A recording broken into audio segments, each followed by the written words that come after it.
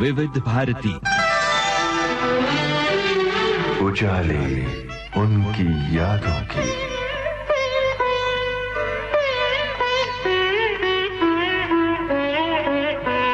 उजाले उनकी यादों की।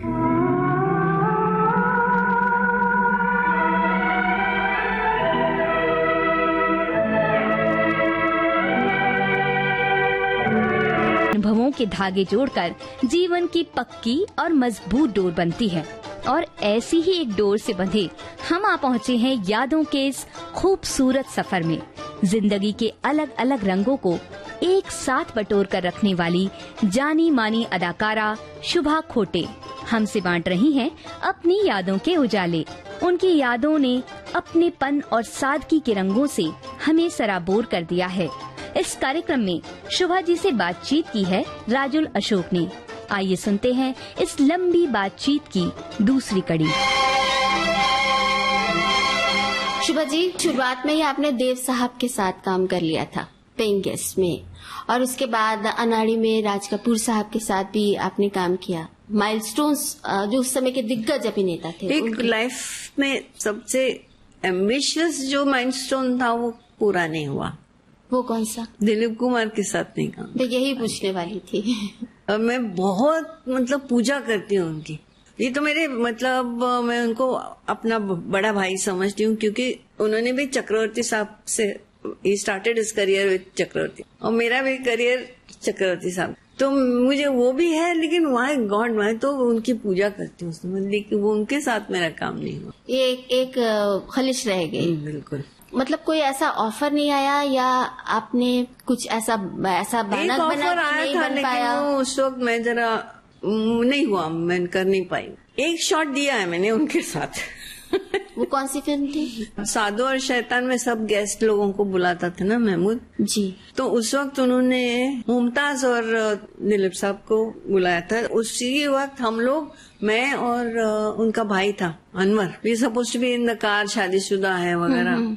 और वो हम लोग टैक्सी से लेके, वो टैक्सी की कहानी थी ना पूरी, वो टैक्सी से हमको लेके जा रहा, सामने से ये दोनों आते हैं, दिलीप साहब और मुमताज, और वो कुछ तू में चल रही है उनकी। तो हम लोग मुंडी बाहर निकाल के देखते हैं कि क्या हो रहा है, ऐसा कुछ था शॉट। तो उतना एक शॉट में हम लोग, मैं उनके साथ थी। लेकिन हम लोग, जैसे मैंने कहा पहले, सोशल ये लाइफ, हमारा फैमिली लाइफ वगैरह बहुत। राज साहब के यहाँ हमेशा फंक्शंस हुआ करती थी, मशहूर सिंगर आए या कव्वाल आए या कुछ भी, उनके यहाँ हमेशा इनविटेशन होता था, पार्टी, खाना वाना। तो वहाँ हम लोग मिलते थे। वो मुझे मराठी बहुत अच्छी बोलते हैं, दिलीप कुमार, और मुझे वो पोरी बोलते थे। मराठी में पोरी बोलते हैं ना, तो हमेशा पोरी बोलते थे, मेरे सर पे हाथ रखते थे। तो एक ऐसे फंक्शन में मिले और ऐसे सर पे हाथ रखा। उसके बाद 5 दिन मैंने बाल नहीं धोए। मेरी माँ बोलती है अरे जुए हो जाएंगे, धो ले। मैंने बाल नहीं धोए। इतनी बड़ी फैन थी आप। दिलीप साहब की फिल्में भी देखती होंगी? बिल्कुल। तो कौन कौन सी फिल्में आपको बहुत अच्छी लगी, बहुत दिल को क्या हुआ ना, हम लोग जब स्कूल कॉलेज में थे ना, तो हम लोगों को ज्यादा पिक्चरें देखने नहीं मिलती थी, अलाउड भी नहीं था। तो एक पिक्चर मैंने अमर देखी थी। कैसे सब कॉलेज के फ्रेंड्स वगैरह जाके अमर देखी थी। उसके बाद उनकी पिक्चर कोई देखी नहीं, लेकिन मुझे याद था कि ये हीरो कमाल का।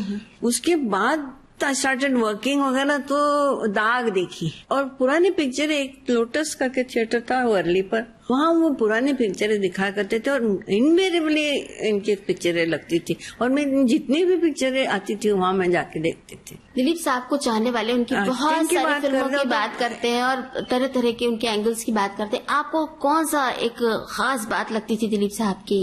एक्टिंग तो मैं ऐसे नहीं कह सकती कि इस फिल्म में अच्छी की थी, इस फिल्म में बुरी की थी। हर पिक्चर में एक्टिंग तो उनकी कमाल की हुआ। लेकिन है कोई एक्टर जो बैक से एक्टिंग करता है। हर एक को अपना फेस चाहिए, फ्रंट चाहिए, क्लोजअप चाहिए। ये तो बैक से एक्टिंग करते थे, पीठ से। आपको पीठ देख के पता चलता है सामने एक्सप्रेशन क्या है और फीलिंग क्या है। शुभा जी, आप दिलीप साहब को इतने दिल से याद कर रही हैं, उनकी बात कर रही हैं, आपने इतना ललक कर उनकी बात की, तो उनकी फिल्म का एक गाना, दाग का गाना ए मेरे दिल कहीं, साहब के साथ आपकी कई फिल्में आई और उसमें बहुत मतलब कहा जाता था कि बहुत अच्छी केमिस्ट्री जमती है, ऐसे कि पर्दे पर आप लोगों की उपस्थिति लोगों को हंसने पे मजबूर कर देती थी, एक टिकलिंग सेंसेशन सा होता था। वो जमाना, वो दौर कैसा था, उस दौर की फिल्में कैसी थी, ये केमिस्ट्री कैसे जमी? महमूद मुझे मिला, हमारे सेट पे आया था, अपना सीमा के सेट पर आया। उससे पहले प्रमिला जी एक बॉम्बे टॉकीज की पुरानी एक्ट्रेस है शायद, तो she used to like me very much. वो 2-3 बार उन्होंने मुझे कास्ट करने की कोशिश की, उनके पिक्चर वो समहाउ वो पिक्चर बनी नहीं, और दो टाइम उन्होंने मुझे महमूद के साथ कास्ट करने का प्लान किया था, तो वो हुआ ही नहीं। और फिर मुझे सेट पर मिले, सेट पर मैंने ऐसे बात करते, उनके पिताजी गाना गा रहे थे सीमा में, कोई भिखारी का गाना था ना, तो उनको मिलने के लिए आया था। तो वो बात करते, हम लोग बात कर रहे थे, कहाँ रहते, तो आई लिव इन पैराडाइज, घर का नाम उसके पैराडाइज था, तो मुझे तो याद रहा हो। तो बहन प्रसाद जी ने मुझे बुलाया छोटी बहन के लिए, तो मुझे बोला वो महमूद एक्टर है, आप उनके साथ काम करेंगे? हाँ मैंने डेफिनेटली, क्योंकि 2 बार ऐसे हुआ है कि हम काम नहीं कर पा रहे हैं। I want to work with him, शायद उस वक्त CID वगैरह कुछ लगी थी, तो I know he is a good actor. लेकिन मुझे पता मालूम है पैराडाइज अंधेरी में रहता है, मेरी गाड़ी लेके उनका प्रोडक्शन मैनेजर उनको मिल गया, और तब से हम लोग साथ में। वो कौन सी फिल्म थी? छोटी बहन। छोटी बहन। अच्छा, आपको यकीन नहीं आएगा, 1958 से 1964 तक हमने काम किया, ज्यादा नहीं, 6 साल ही काम किया साथ में, मतलब कंटिन्यूअसली साथ में। महमूद साहब के साथ कई फिल्मों का अनुभव रहा और कुछ खास लम्हे भी रहे होंगे, बट उन यादों के साथ जो आपने उन रोज को करते हुए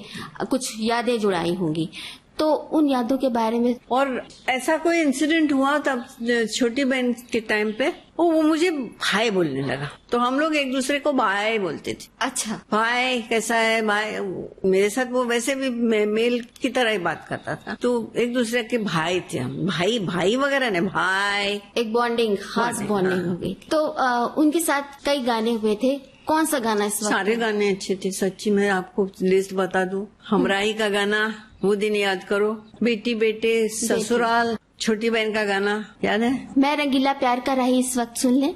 हाँ जरूर, फेवरेट गाना है।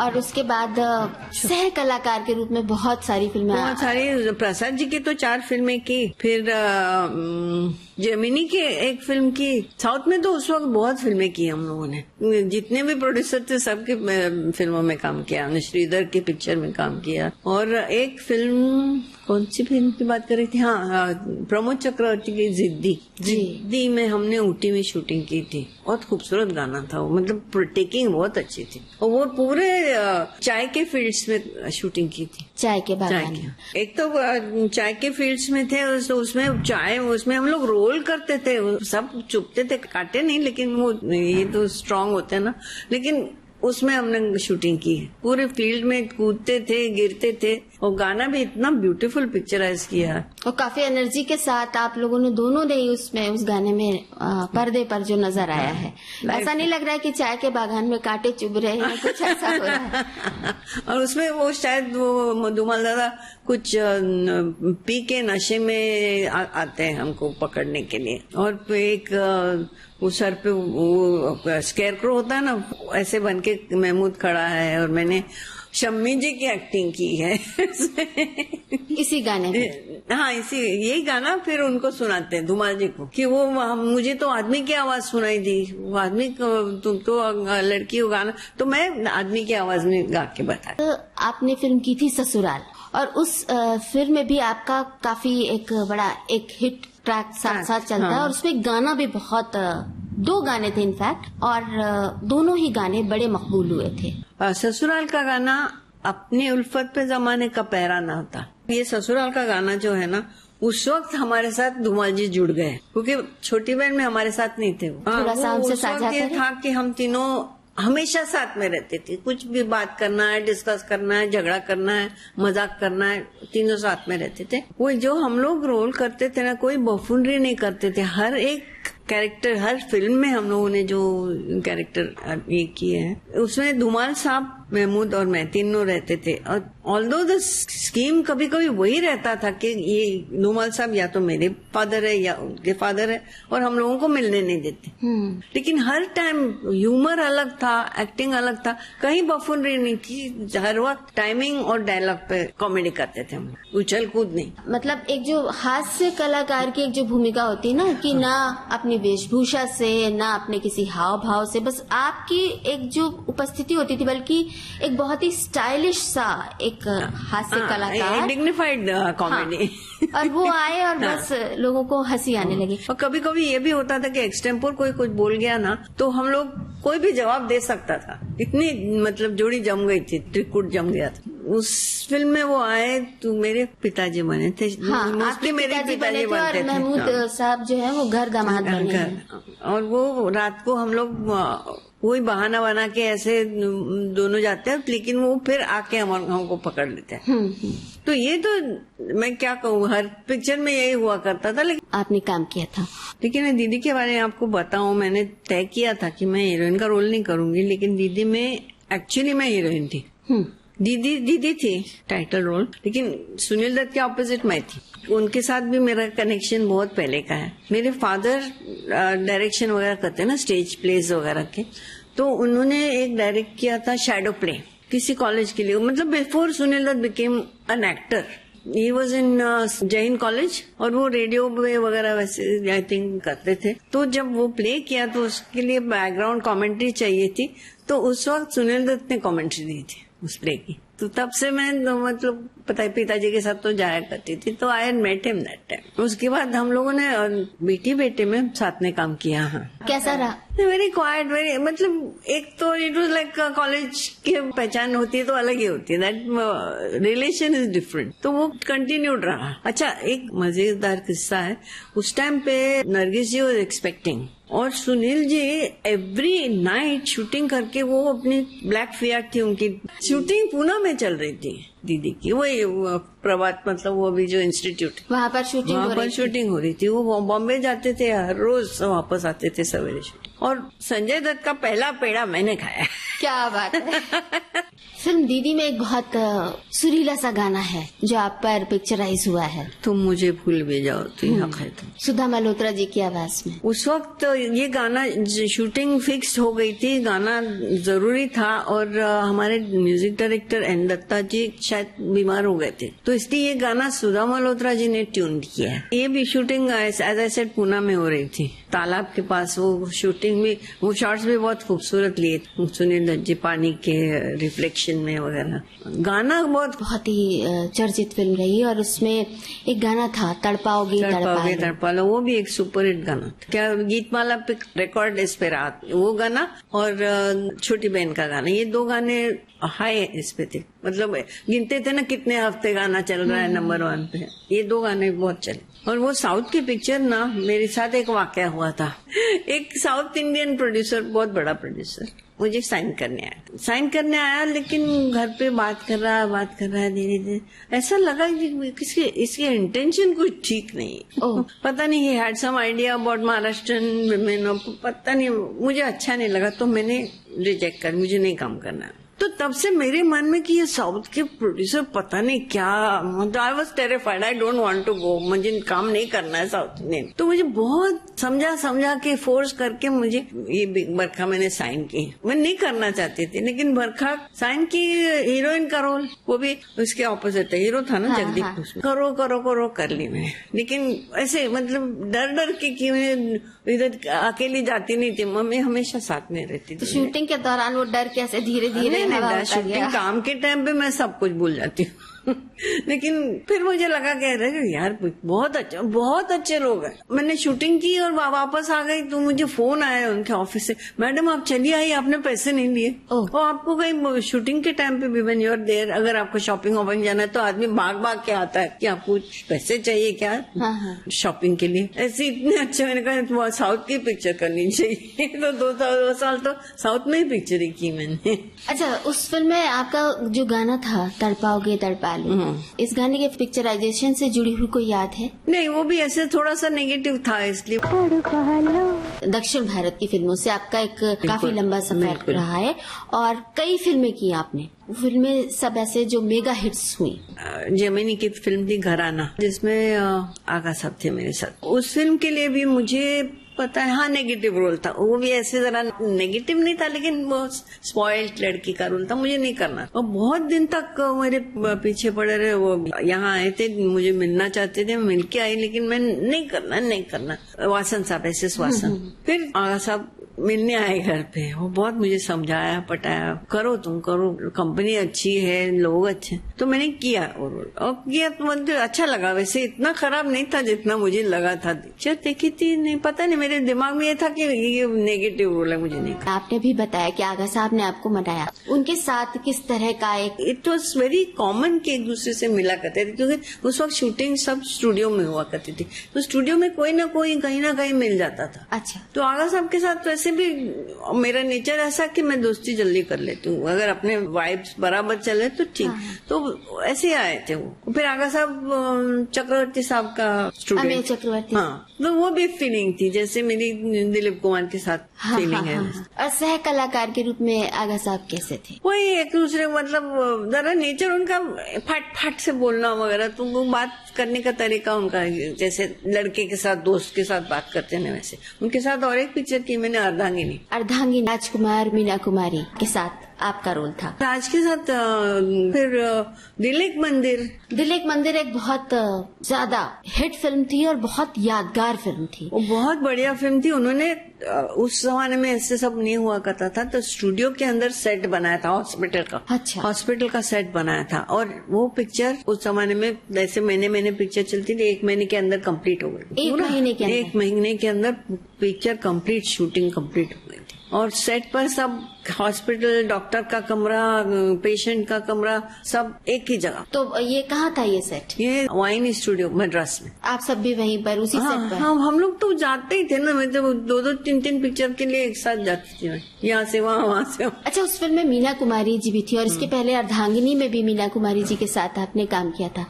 तो मीना कुमारी जी के साथ कैसा रहा काम करने का अनुभव? बहुत अच्छा रहा। वेरी स्वीट लेडी, बहुत फ्रेंडली थी, मजाक बहुत अच्छा करती थी। मेन थिंग ऐसा था कि उनका बर्थडे 1 अगस्त को था और मेरा लास्ट अगस्त को था, तो इसलिए हम लोगों का एक ऐसे बॉन्डिंग था। अच्छा, तो ये सभी मंजे हुए कलाकार थे और राजकुमार साहब के साथ आपने घराना फिल्म भी पहले की थी। हाँ, कैसा था बतौर सह कलाकार? उनसे जुड़ी कोई याद हो? राजकुमार के साथ मैं पहले, एक हमारे डायरेक्टर थे जिन्होंने बूट पॉलिश डायरेक्ट किया था, उनकी पिक्चर में कर रही थी। उनकी वाइफ का टेलर हमारे घर के सामने रहता था। अच्छा, तो वो वहाँ आए थे तो हमारे घर पे आए और राज उनका बहुत जिगरी दोस्त था, उनकी फैमिली का, राजकुमार। तो ये हम सामने आए तो हमारे घर पे आए, तब राज स्टार नहीं था। और एक पिक्चर बनी थी जैसे झुक गया आसमान पिक्चर थी ना, उसी टाइप की पिक्चर थी, कहीं स्वस्तिक में लगी थी। बोला मेरी पिक्चर लगी है, चलो देखने। सब गए हम लोग देखने के लिए। वो स्वस्तिक में वो बॉक्स वॉक्स हुआ करते थे।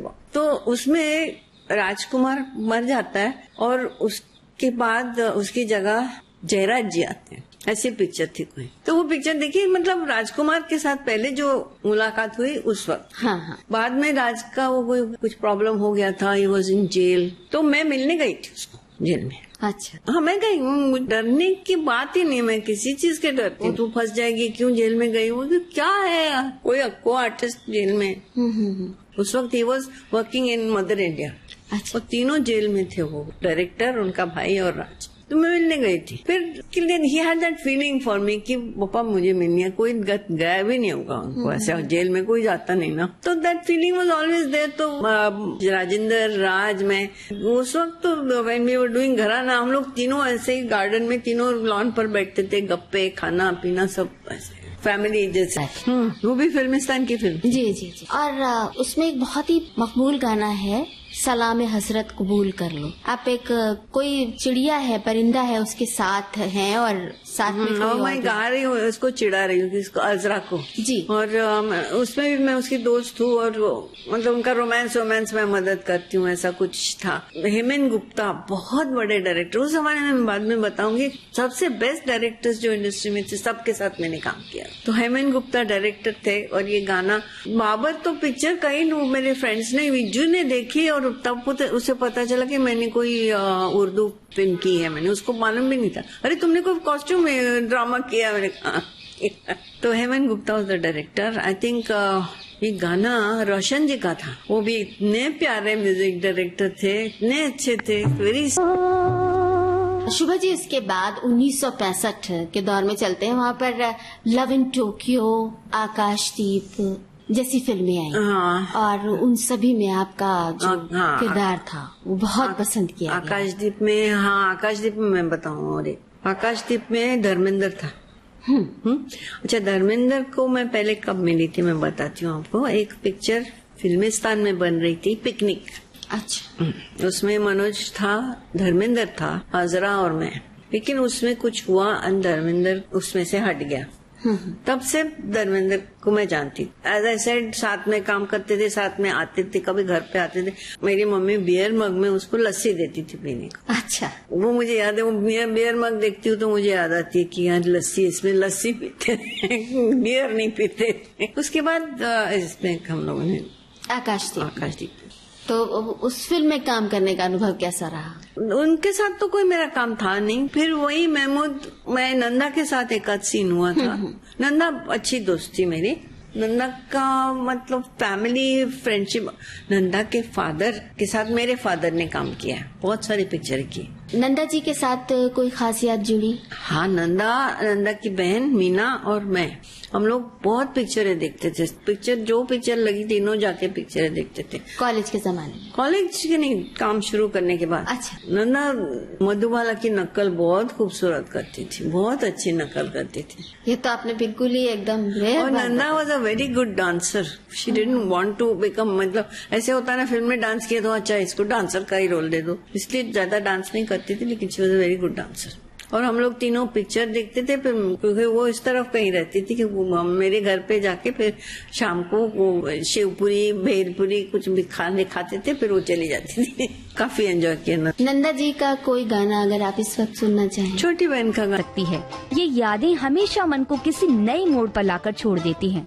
आपकी ही तरह हम भी एक ही बार में यादों का पूरा कारवां समेट लेना चाहते हैं, लेकिन सब्र का दामन थामकर करना होगा इंतजार, जब आप और हम बटोर पाएंगे जानी मानी अभिनेत्री शुभा खोटे की यादों का खजाना।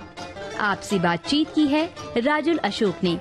कार्यक्रम में तकनीकी सहयोग मिला वंदना ठाकुर और विनायक रेनके से।